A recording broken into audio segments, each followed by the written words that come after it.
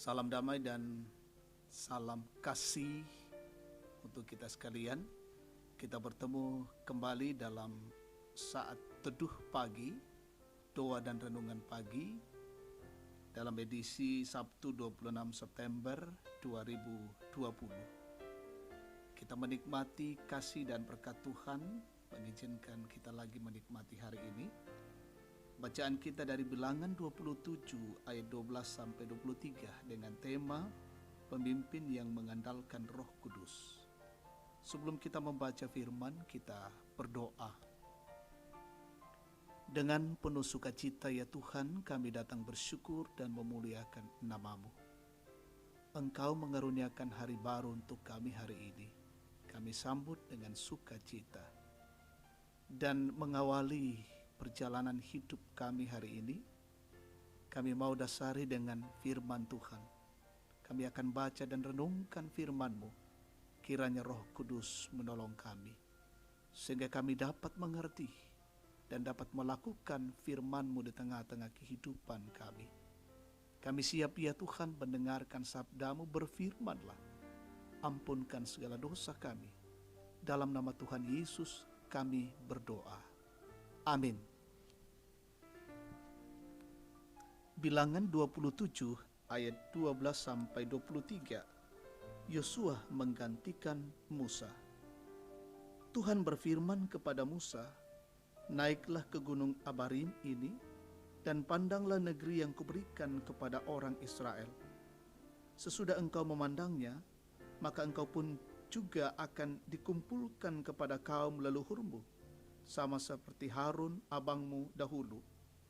Karena pada waktu pembantahan umat itu di padang gurun Sin, kamu berdua telah memberontak terhadap titahku untuk menyatakan kekudusanku di depan mata mereka dengan air itu. Itulah mata air Meriba dekat Kades di padang gurun Sin." Lalu berkatalah Musa kepada Tuhan, "Biarlah Tuhan, Allah dari roh segala makhluk, mengangkat atas umat ini seorang yang mengepalai mereka waktu keluar dan masuk, dan membawa mereka keluar dan masuk, supaya umat Tuhan jangan hendaknya seperti domba-domba yang tidak mempunyai gembala."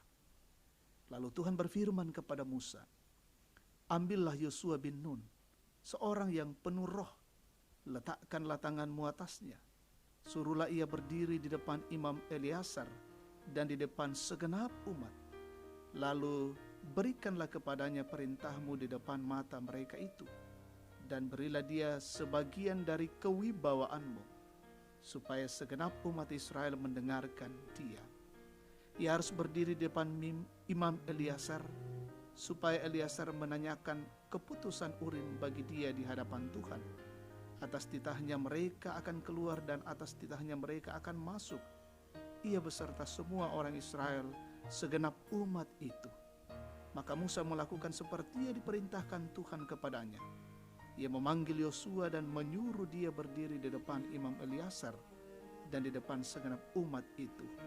Lalu ia meletakkan tangannya atas Yosua dan memberikan kepadanya perintahnya, supaya yang difirmankan Tuhan seperti yang difirmankan Tuhan dengan perantaraan Musa. Amin. Pemimpin yang mengandalkan Roh Kudus. Toma pana ata usatuan penama salmo. Jemaat Tuhan, masyarakat Toraja pada umumnya mengenal konsep kepemimpinan Sugi, Barani, Manarang, Kina, kaya, berani, pintar, dan berhikmat. Merupakan salah satu contoh kepemimpinan yang dikehendaki manusia. Lalu bagaimana dengan kepemimpinan yang dikehendaki Allah? Perikop ini berbicara mengenai peralihan kepemimpinan Musa kepada Yosua. Suka duka telah dialami oleh Musa bersama bangsa Israel dalam perjalanan dari Mesir menuju tanah perjanjian. Musa telah bekerja keras dan dengan sekuat tenaga memimpin bangsa pilihan Tuhan itu.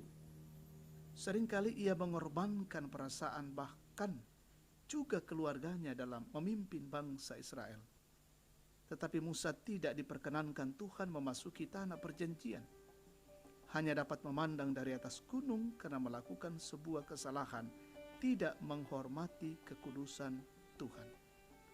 Tuhan tidak membiarkan umat Israel seperti domba yang tidak memiliki gembala. Akhirnya Yosua dipilih Tuhan menggantikan Musa. Sejak masa mudanya Yosua sudah menjadi abdi Musa dalam menyaksikan langsung perbuatan besar yang dilakukan Allah bagi umat Israel. Yosua dipilih Tuhan bukan seperti kriteria menurut manusia, tapi ada hal yang menarik karena Yosua penuh dengan roh. Jemaat Tuhan, kepemimpinan yang dikehendaki Allah ialah pemimpin takut akan Tuhan. Menjadi pemimpin bukanlah perkara yang mudah. Karena itu doakanlah pemimpin kita agar mereka terus belajar mengandalkan kuasa dan pimpinan Roh Kudus dalam tugas dan pelayanannya, sehingga mereka semakin kuat dan takut akan Tuhan.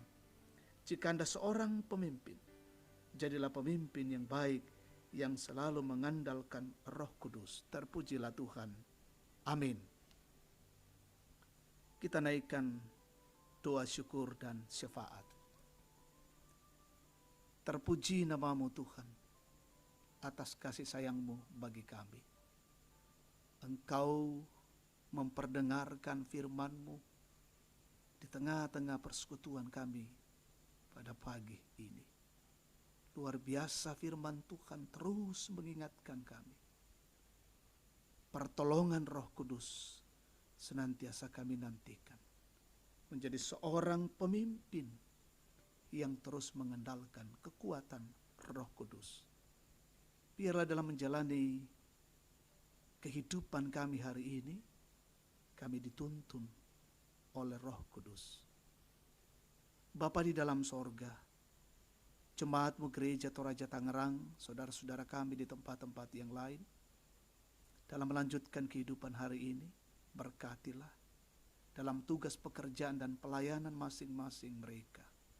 Bersama dengan keluarga mereka, Tuhan lindungi dan Tuhan peliharakan. Boleh mengerjakan tugas-tugas mereka dengan baik hari ini.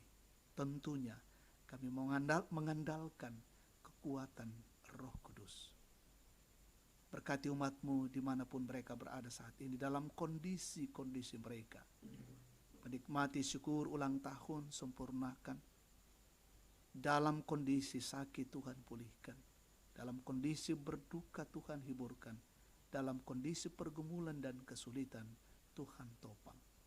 Sehingga perjalanan hidup anak-anak-Mu senantiasa dalam bingkai kasih-Mu. Kami mendoakan pemerintah kami yang terus berperan, yang terus berkarya di tengah-tengah kehidupan bangsa dan negara ini. Mulai dari pusat hingga ke pelosok-pelosok daerah terpencil, Tuhan berkati mereka semua. Yang terus berjuang dalam rangka memutus mata rantai penyebaran COVID-19, semua garda terdepan Tuhan berkati. Bahkan kami terus menjaga dan melindungi diri kami. Dan kami mohon Tuhan jauhkan kami dari pandemi COVID-19. Terima kasih Tuhan, ini syukur dan doa kami bersama. Kami panjatkan kepadamu di dalam nama Yesus, Tuhan dan Juru Selamat, firman yang hidup. Amin. Demikian saat teduh pada pagi ini, Tuhan memberkati.